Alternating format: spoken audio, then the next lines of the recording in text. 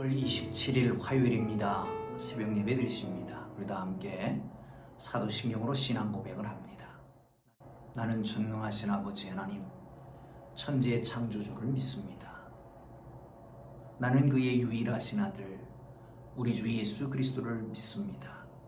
그는 성령으로 잉태되어 동정녀 마리아에게서 나시고 본디오 빌라도에게 고난을 받아 십자가에 못 박혀 죽으시고 장사된 지 사흘 만에 죽은 자 가운데서 다시 살아나셨으며 하늘에 오르시어 전능하신 아버지 하나님 우편에 앉아 계시다가 거기로부터 살아있는 자와 죽은 자를 심판하러 오십니다. 나는 성령을 믿으며 거룩한 공교회와 성도의 교제와 죄를 용서받는 것과 몸의 부활과 영생을 믿습니다. 아멘. 다 함께 찬송가 258장을 찬송 드리십니다. 258장입니다.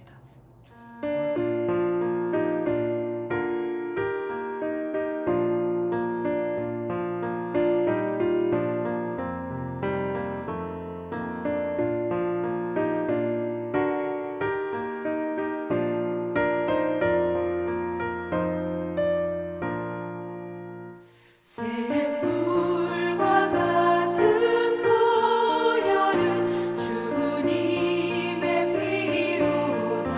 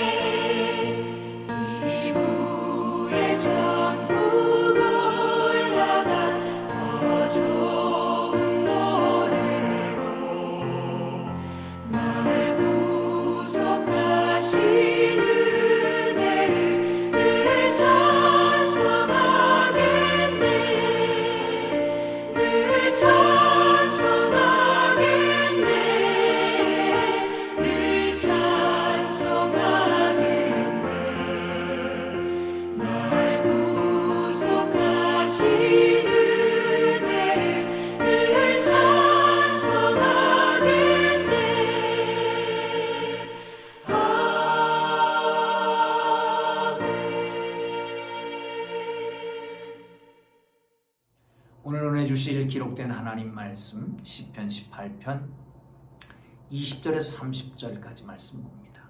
시편 18편 20절에서 30절까지 말씀입니다. 찾으셨으면 우리 함께 읽는 동안에 그 은혜가 되시기를 바랍니다. 여호와께서 내 의를 따라 상 주시며 내 손의 깨끗함을 따라 내게 갚으셨으니 이는 내가 여호와의 도를 지키고 악하게 내 하나님을 떠나지 아니하였으며 그의 모든 규례가 내 앞에 있고 내게서 그의 규례를 버리지 아니하였음이로다. 또한 나는 그의 앞에 완전하여 나의 죄악에서 스스로 자신을 지켰나니 그러므로 여호와께서 내 의를 따라 갚으시되 그의 목전에서 내 손에 깨끗한 만큼 내게 갚으셨도다. 자비로운 자에게는 주의 자비로우심을 나타내시며 완전한 자에게는 주의 완전하심을 보이시며 깨끗한 자에게는 주의 깨끗하심을 보이시며 사악한 자에게는 주의 거스리심을 보이시도다. 주께서 곤고한 백성은 구원하시고 교만한 눈은 낮추시리이다. 주께서 나의 등불을 켜시며 여호와 내 하나님이 내 흑암을 밝히시리이다. 내가 주를 의뢰하고 적군을 향하여 달리며 내 하나님을 의지하고 담을 뛰어넘나이다. 하나님의 도는 완전하고 여호와의 말씀은 순수하니 그는 자기에게 피하는 모든 자의 방패시로다. 아멘. 할렐루야. 여러분, 신앙생활한다. 어떤 의미가 있을까요? 신앙생활하는 게 무엇일까요? 예배를 잘 드린다. 주의를 잘 지킨다. 기도 모임, 성경 공부 모임에 빠지지 않고 참여한다. 헌금을 잘 드린다. 물론 다 중요합니다. 이것이 그러나 신앙생활의 전부는 아닐 것입니다. 본문은 다윗이 자신의 신앙생활을 낱낱이 고백하는 것을 봅니다. 여기에서 신실한 도전을 받으시길 바랍니다. 완벽한 의인으로의 포장이 아니라 한편 믿음의 길을 가야 하는 이유에 대해서 우리 알고 행하는 하나님의 사람들 되기를 주님의 이름으로 축원합니다. 20절을 볼까요? 시작. 그의 모든 규례가 내 앞에 있고 내게서 그의 20절입니다. 여호와께서 내 의를 따라 상 주시며 내 손의 깨끗함을 따라 내게 갚으셨으니 24절도 보면 그러므로 여호와께서 내 의를 따라 갚으시되 그의 목전에서 내 손의 깨끗한 만큼 내게 갚으셨도다. 아멘. 내 의를 따라 상을 주셨다. 나는 의롭게 살았다는 거예요. 그래 하나님이 주셨다는 거죠. 상을 주셨다. 갚으신다, 보상하신다 라고 말씀합니다. 여러분, 상 주신다라고 하는 것은 행위에 대한 보상을 의미합니다. 행위에 대한 보상을 의미하는데 바로 다윗이 이런 행위에 대한 보상을 받았다라고 하는 것입니다. 다윗은 스스로를 말합니다. 나는 하나님의 도를 지켰습니다. 하나님의 의를 따라 깨끗하게 살려고 노력했습니다.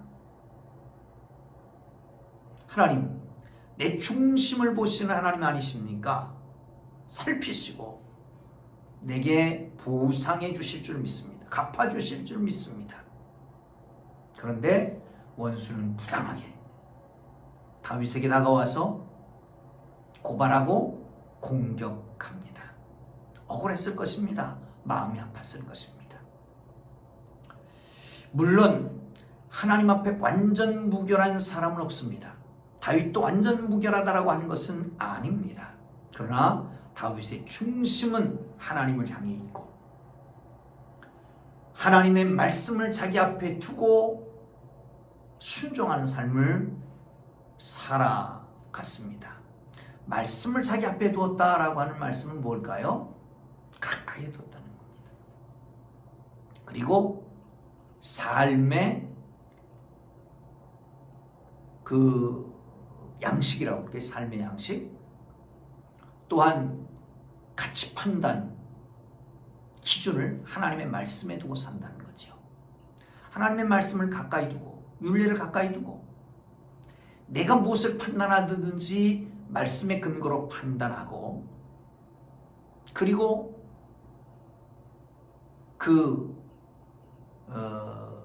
인식하는 데 있어서도 하나님의 말씀을 중심으로 인식하게 됐다는 거예요. 이렇게 살아갔다라고 말씀하고 있는 것을 볼 수가 있습니다. 또한 악으로부터 자기를 지키려고 노력했습니다. 의로운 삶을 추구했습니다. 그럼에도 불구하고 원수들은 다윗을 비난합니다. 참소합니다. 자기들은 다윗보다 더 악한 삶을 살고 하나님을 없다고 하고 하나님 믿지도 않으면서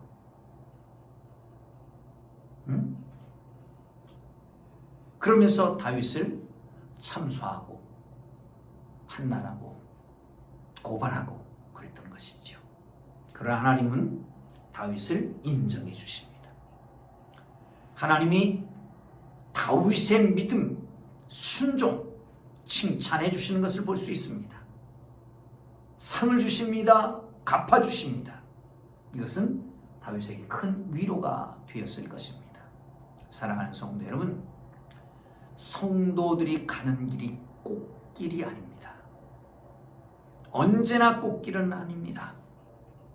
선한 마음으로 주의 법도를 따라 살아간다고 해도 언제나 세상에서 칭찬만 하는 것은 아닙니다. 때로는 억울한 일을 당할 수 있습니다. 이런저런 고난을 당할 수도 있습니다.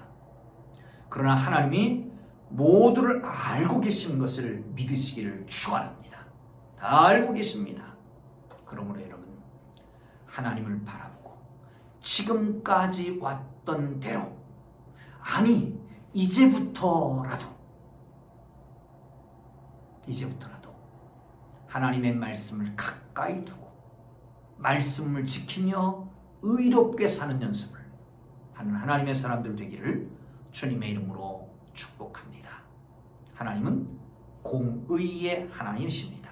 한번 보시죠. 25절을 보겠습니다. 자비로운 자에게는 주의 자비로우심을 나타내시며 완전한 자에게는 주의 완전하심을 보이시며 깨끗한 자에게는 주의 깨끗하심을 보이시며 사악한 자에게는 그의 거스림을 보이시리니 주께서 곤고한 백성은 구원하시고 교만한 눈은 낮추시리이다. 아멘. 때로 세상은 불공평해 보입니다. 정의는 실현되지 않는 것 같이도 보입니다. 그러나 하나님은 공의의 하나님이십니다. 모든 것을 살펴보십니다. 자비로운 자에게 하나님의 자비로우심을 나타내시고 깨끗한 자에게 당신의 깨끗함을 보여주시고 사악한 자에게는 하나님의 거스리심을 보여주신다. 사악한 자의 거스리심, 여러분, 사악한 자가 잘 되는 것 같지만 완전히 뒤집어 놓는다는 거예요. 터부터 흔들리게 만든다는 거예요. 완전히 멸망하게 한다는 거죠. 사랑하는 성도 여러분, 곤고한 백성은 구원을 보고 그러나 교만한 자는 낮추신다. 곤고한 백성은 뭐를 말할까요? 여기서 곤고하다라고 하는 것은 사회적 경제적 약자를 말합니다. 당시에는 착취, 억압의 대상으로서 하층에 있는 사람들을 가리켜서 하는 말입니다. 약해, 사회적으로 약자야, 경제적으로 약자야. 하나님의 뜻대로 살다가 이렇게 되어버렸어요. 하나님 그를 어떻게 하신다고요? 구원하신다. 아멘. 이 구원은 여러분 계속해서 말하지만 영적 구원만이 아닙니다. 육체적인 구원, 건강도 주십니다. 또한 삶의 구원, 풍요롭게도 하십니다. 하나님은 관계도 회복시키십니다.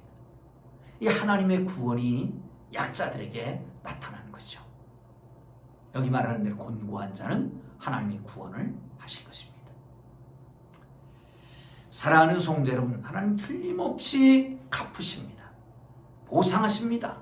아니, 공의 하나님이 심판하시게 되는 것입니다. 예수님이 오시는 날, 의로운 재판장이 있으시는 날, 세상 모두가 하나님 앞에 재판을 받는 그날, 그날에 공의로운 판단이 있게 될 것입니다. 우는 모퉁이 웃는 모퉁이, 제가 가끔 쓰는 말이지요. 우리 어머니가 쓰셨던 말이에요. 똑같은 상황, 똑같은 일인데도 어떤 사람은 울고 어떤 사람은 웃는 것이요. 주님이 오셔서 세상을 심판할 그때에 지금까지 웃고 즐겼던 사람들은 벌벌 떨고 고통 속에 들어가고, 지금까지 억울하고 슬프고 괴로웠던 사람들은 하나님의 즐거움에 참여하게 된 것. 사랑하는 성도 여러분, 그렇습니다. 다윗처럼 하나님의 말씀을 가까이 두고 그 말씀이 삶의 양식의 기준이 되고 가치 판단의 기준이 되고 하나님의 사람들 되기를 주의 이름으로 축원합니다. 그런가 하면 하나님의 말씀을 따라 살아가는 삶이 되기를 주님의 이름으로 축원합니다. 할렐루야. 그들에게 하나님은 공의의 심판을 하실 것입니다. 상급을 베푸실 것입니다. 회복될 것입니다. 두려운 날이 아니라 지금까지 억울한 날이었지만 그날에는 하나님의 구원이 있는 날이 되는 것을 믿으시기를 축원합니다. 할렐루야. 자, 28절 함께 보겠습니다. 주께서 나의 등불을 켜시며 여호와 내 하나님이 내 흑암을 밝히시리이다. 할렐루야. 여러분, 등불을 켜신다. 하나님이 등이시죠. 근데 하나님이 우리의 등불을 켜신다는 거예요. 사랑하는 성도 여러분, 그래서 우리 앞길을 비춰준다는 거예요. 앞길을 비춰주신다는 거죠. 암담한 현실 속에서 등불을 켜셔서 앞길에 길을 비춰주시는 거예요. 주의 말씀은 내 발의 등이요 내 길의 빛이니이다 말씀하신 것처럼 하나님이 등불을 켜셔서 앞길을 비춰주시는 것을 믿으시기를 축원합니다. 사랑하는 성도 여러분, 곧 이어서 이렇게 말합니다. 내가 주를 의뢰하고 적군을 향하여 달리며 내 하나님을 의지하여 담을 뛰어넘는도다. 적군이 물밀듯 밀려옵니다. 수많은 대군이 다가옵니다. 그런데 그 적군이 너무 많고 힘이 있으면 피해가야 되지만 그를 향해서 달려간다는 거예요. 마치 다윗은 어린 시절에 미성숙했던 시절에 골리앗을 향해 달려갔던 것을 기억했을 것 같습니다. 적군이 아무리 많다고 할지라도, 적이 아무리 강하다고 할지라도 하나님 주를 의뢰하는 사람은 적군을 향해 달려가 무찌를 수 있는 것을 믿으시기를 축원합니다. 곧 이어서 말씀합니다. 내 하나님을 의지하고 담을 뛰어넘는다. 담이 있습니다. 불가항력적인 것입니다. 어떻게 해볼 수 없는 것입니다. 성벽입니다. 이걸 뛰어넘을 수가 없는 거죠. 그런데 여호와 하나님을 의지하는 사람에게는 그 담을 뛰어넘을 수 있게 하신다는 거예요. 담을 뛰어넘는다라고 하는 것은 그 성벽을 부순다는 거예요. 부순다는 거예요. 사랑하는 성도 여러분, 이런 하나님의 놀라운 역사가 있기를 주님의 이름으로 축원합니다. 지금은 아무도 알아주지 않지만, 꽃길을 가는 게 아니라 가시밭길을 가는 것 같지만, 사람들이 오히려 비난하고 참소하지만, 그러나 의로운 판단하실 그 심판장이 오시는 그날에 주께서는 나의 등불을 켜실 것입니다. 어둠을 몰아낼 것입니다. 적군을 향해 달려가고 나아가서 담벽을 뛰어넘게 되는 은혜가 있을 줄 믿으시기를 축원합니다. 맨 마지막 30절은 이렇게 마칩니다. 하나님의 도는 완전하고 여호와의 말씀은 순수하니 그는 자기에게 피하는 모든 자의 방패시로다. 보호하신다는 거예요. 등불이요 방패시다. 앞길을 비춰줍니다. 앞길을 인도해 갑니다. 그 보호해 주십니다. 이 하나님의 은혜가 여러분에게 모두 있기를 주님의 이름으로 축원합니다. 할렐루야. 사랑하는 성도 여러분, 하나님을 의지하고 살아가는 성도는 하나님께서 이런 역사를 일으키시는 걸 믿고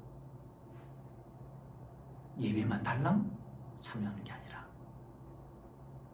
각종 모임에 참여하는 것으로 다 했다고 생각하지 말고, 예물 드리는 것으로 신앙생활 잘한다고 생각하지 말고, 정말 하나님의 말씀 언약을 가까이 두고 그 말씀을 삶의 이정표로 삼고 그 말씀을 붙잡고 의롭게 살아가는 하나님의 사람들 되어 주님께서 주시는 은혜로 등불을 켜시고 방패가 되어주시는 이 놀라운 축복이 여러분 모두에게, 우리 모두에게 있기를 주님의 이름으로 축복합니다. 기도하겠습니다.